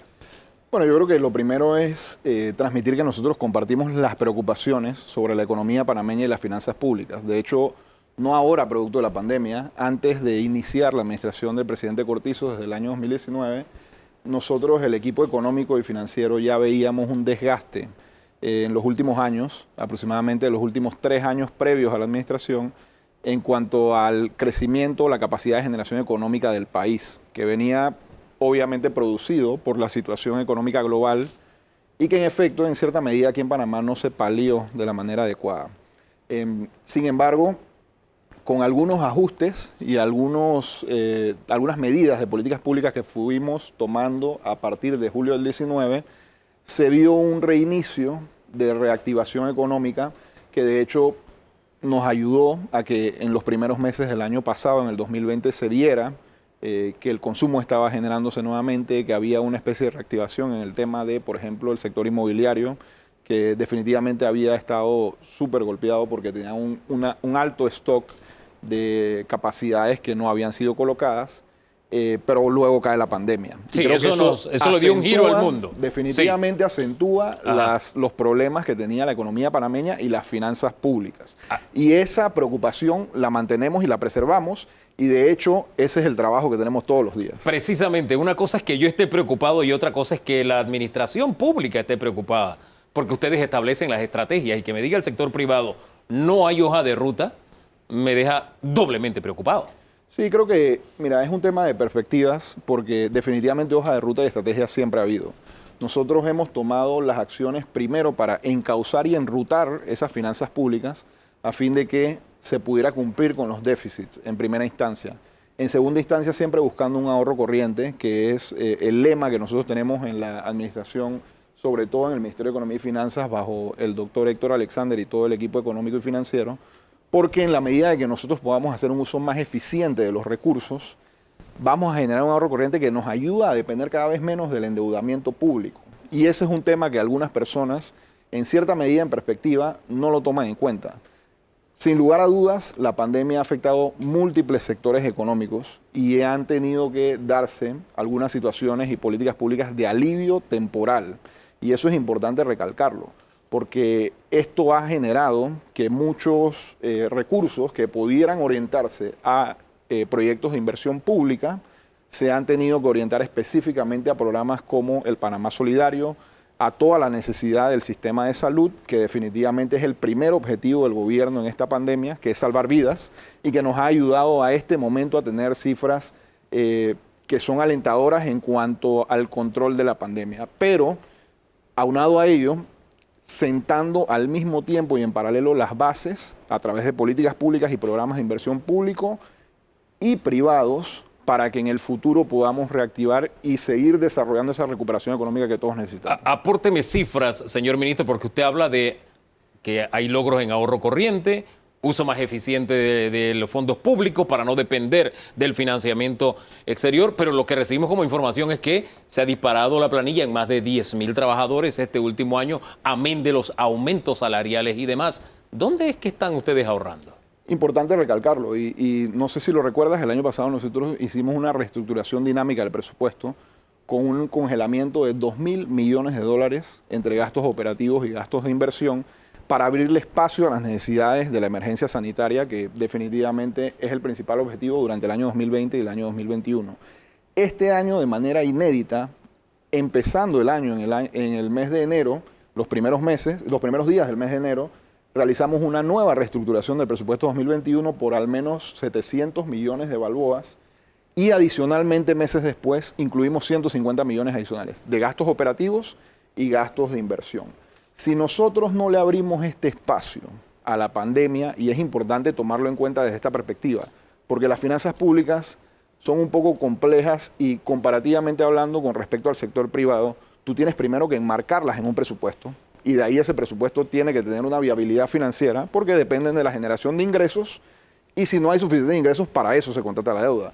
Pero como todos sabemos, la pandemia nos ha golpeado hasta el gobierno en la capacidad productiva de generación de ingresos en este tiempo. Entonces, creo que eso debe ser tomado en cuenta, y en el tema de las planillas que tú bien mencionas, hay que tomar en cuenta también que a pesar de que se congelaron 10.000 posiciones el año pasado dentro de la estructura de gobierno, también necesitábamos contratar el personal de salud y de seguridad adecuados para hacerle frente a esta guerra que fue la pandemia del COVID-19.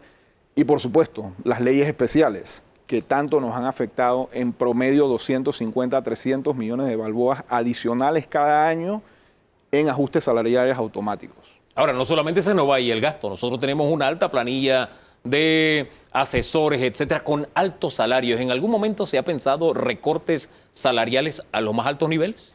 Bueno, parte de la estrategia y algo que tú me consultas, ¿qué hacemos nosotros en el día a día en el Ministerio de Economía y Finanzas? Es ver cómo podemos potenciar los ingresos por un lado y por el otro lado cómo podemos reducir y ser más eficientes en el gasto, operativo principalmente. Y de hecho tenemos un menú de diferentes opciones que estamos analizando en el más alto nivel, porque no solamente es para impacto de este presupuesto del año 2021, que debemos cerrar recordando con un déficit de no más de 7.5%, comparativo con el del año pasado que cerró en 10%, y que para el próximo año, en el 2022, necesitamos reducirlo inclusive más a un 4%. Deme algunos ingredientes de ese menú que están ustedes analizando. Definitivamente que la eficiencia en el gasto pasa primero por un gasto operativo mucho más eficiente. El tema de los alquileres, el tema de revisar algunos gastos no necesarios, como algunos gastos de suministro, gastos de consultoría, los viáticos que hemos visto reducidos significativamente del año pasado y este año. Y por supuesto que algunas otras acciones que diferentes instituciones públicas deben tomar en cuenta para poder ser más efectivos en el uso público de estos recursos. Don Danilo. Bien, he podido percatarme con lo que usted ha explicado, señor ministro, que hemos pasado de las políticas de inversión a las políticas de sobrevivencia, a las medidas de sobrevivencia, a sobrevivir. Y que esa transición de lo planificado, inversión, a lo del día, sobrevivir, porque sobrevivir significa ya, resolver el problema de ahora, en este momento, implicó un desvío, un bypass de recursos. Con lo que usted acaba de decir, yo preveo que el periodo presidencial de Laurentino Cortizo posiblemente tenga que enfrentar la realidad de entregar el gobierno con algún nivel de déficit o, como en el mejor de los casos, un déficit cercano a 1. Porque no da, acabo de sacar los cálculos y veo que va de 3 en 3. Entonces, si esa es la perspectiva que hay, los panameños pueden entender la magnitud del problema hoy día explicado en términos de que nuestro futuro no va a ser un futuro desbordante o por lo menos parecido al que se presentó en el plan de gobierno del año 2019? Una pregunta muy compleja, de hecho lo hablábamos antes de iniciar, y en efecto ha sido una administración basada en la supervivencia. Supervivencia principalmente para buscar que mitigáramos la cantidad de personas que pudieran fallecer producto de esta pandemia. Y ese era el primer objetivo de todo este ataque, desde la perspectiva de recursos, de apertura obviamente de capacidades presupuestarias para hacerle frente a la guerra, y por supuesto incrementar, y como lo hemos visto en este año y medio, se ha incrementado la capacidad del sistema de salud en términos de camas disponibles, de acceso, pero todavía falta mucho más. Sin embargo, yo creo que es importante algo que tú comentas. Hubo un plan estratégico de gobierno, y existe todavía como plan estratégico de gobierno basado en 125 acciones prioritarias del presidente para el quinquenio, que inició en julio del 2019. Muchas de estas acciones fueron logradas durante el tiempo, inclusive hemos avanzado independientemente de estar en pandemia en concretar dichas acciones prioritarias. Pero definitivamente ahora, 2 años avanzados, faltando 3 años de administración pública, con mayor rigidez en el uso de los recursos limitados presupuestarios, nosotros estamos abocándonos a la tarea de priorizar esas inversiones públicas que tengan mayor impacto socioeconómico a nivel nacional. Pero es importante también tomar en cuenta algo. El Estado es uno de los agentes económicos de una economía de un país. Nosotros necesitamos también el apoyo y el fortalecimiento de las inversiones privadas, tanto locales como internacionales o extranjeras, para poder tratar de recuperar esa capacidad productiva y esos empleos que se han visto afectados por esta pandemia.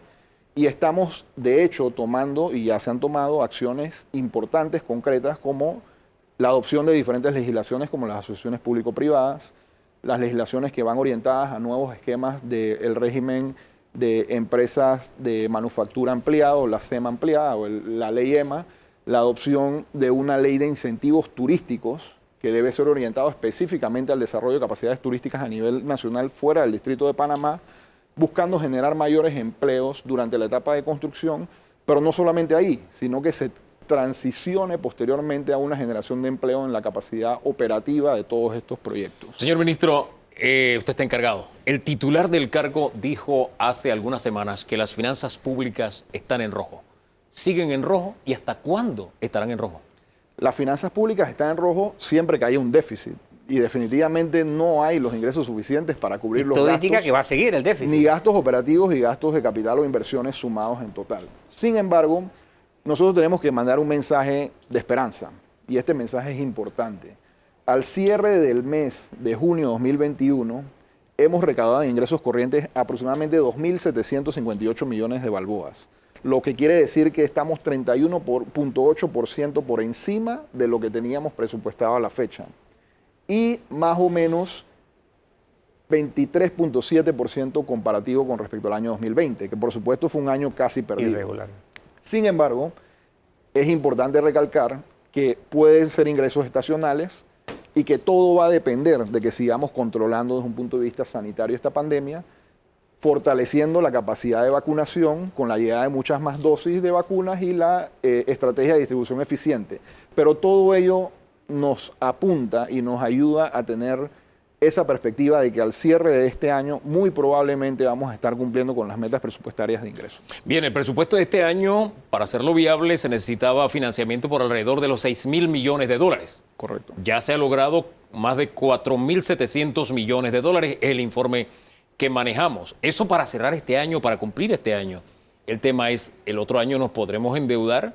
¿Podremos seguirnos endeudando con la velocidad en que lo hemos estado haciendo en estos últimos años? Bueno, nuestro objetivo es cada vez depender menos de la deuda pública o del endeudamiento. Sin embargo, obviamente, en la medida de que se mantenga un déficit, ese déficit tiene que ser financiado mediante deuda pública. A la fecha, nosotros ya hemos contratado aproximadamente el 80% de las capacidades requeridas desde un punto de vista de financiamiento para este año. Y como te mencionaba, siempre haciendo un análisis integral de aquí a final del año, en la medida que nosotros sigamos generando más ingresos de lo presupuestado, es altamente probable que tengamos que contratar menos deuda para cerrar esa brecha de déficit en este año en particular. Fíjese que las preguntas que nos han enviado a través de las redes, casi todas están apuntando hacia esa preocupación. Juliana dice, ¿hasta cuándo van a endeudar el país así de forma directa? Mientras tanto, José dice, ¿cuánto más el gobierno se va a endeudar sin una verdadera política de austeridad? Para ponerle preguntas de nuestros televidentes. Sí, yo creo que es una preocupación bastante real, no solamente de la ciudadanía, sino de nosotros como administradores de las finanzas públicas, y que la compartimos, porque en efecto nosotros lo que debemos buscar es que el Estado dependa cada vez menos del endeudamiento. De hecho, dentro de nuestra estrategia, hemos hecho una emisión recientemente en el mes de junio del 2021, y en esa emisión se incluyeron recursos para poder recomprar bonos del Tesoro que vencían en el año 2022 y bonos globales emitidos con vencimiento en el año 2024. Adicionalmente, por un lado, eso nos mitiga un poco el riesgo de tener que salir al mercado en ese momento para refinanciar esa deuda. Y si lo vemos desde una perspectiva del perfil de endeudamiento de la República de Panamá, nosotros hemos mejorado significativamente el costo promedio ponderado de la deuda desde el año 2014 a la fecha, que en ese momento costaba aproximadamente 5.1% y ahora mismo estamos en promedio en 3.98%. Obviamente, dadas las condiciones de mercado que son un poco más favorables, pero el objetivo nuestro último es que generando ahorro corriente mediante mayor eficiencia en el gasto público y potenciamiento de los ingresos corrientes, el endeudamiento sea lo mínimo requerido cada año. ¿Con cuánto cerraremos de deuda este año? Este Global. año se proyecta, nosotros el año pasado cerramos aproximadamente, en casi 36.000 millones de balboas. A mayo teníamos cifras cerradas de 38.347 millones. Tenemos que ver las amortizaciones que se dieron durante el último mes y todavía está por emitirse el último reporte de la deuda pública que emite la Dirección de Financiamiento Público del MEF. Y estimamos de que por las necesidades que hablábamos de aproximadamente 6.000 millones para este año 2021 en cierre del déficit, estaríamos cerrando en cerca de los 40.000 millones de dólares en deuda. En deuda este año. Ahora, CEPAL hizo un recálculo de lo que era el crecimiento económico. Dice que creceremos alrededor del 12%.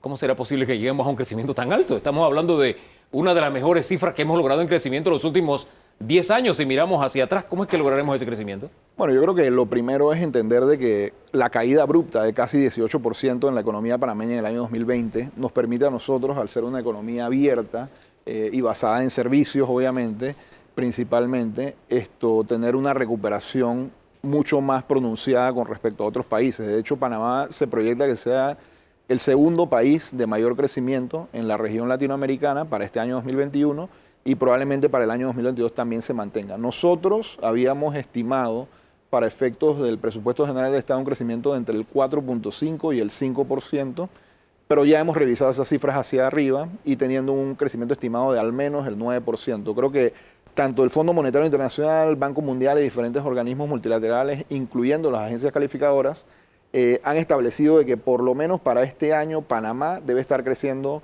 entre 9 y 12%, que comparativamente con América Latina, en promedio 4.6%, quiere decir que vamos a tener un crecimiento importante. ¿Eso qué le representa al panameño medio común? ¿Más trabajo? ¿Qué le significa? Bueno, la recuperación progresiva de la capacidad productiva que había previo a la pandemia, que eso es importante, porque producto de ello debe haber mayor dinero circulante en la economía, debe haber mayor capacidad de reactivaciones laborales o contratos, debe haber mayores contratos y nuevas inversiones produciéndose. Con el tiempo pasa lo mismo que con la plata. Cuando no hay, no hay. Y se acabó el tiempo. Yo sé que usted me está pidiendo la palabra y se nos quedan muchas cosas en el tintero y no hay más tiempo. 4 veces utilizó la palabra ahorro. ¿Sería posible que cada institución pusiera en su portal en qué ha contribuido a ese ahorro que usted tanto ha hecho referencia hoy día? 10 segundos.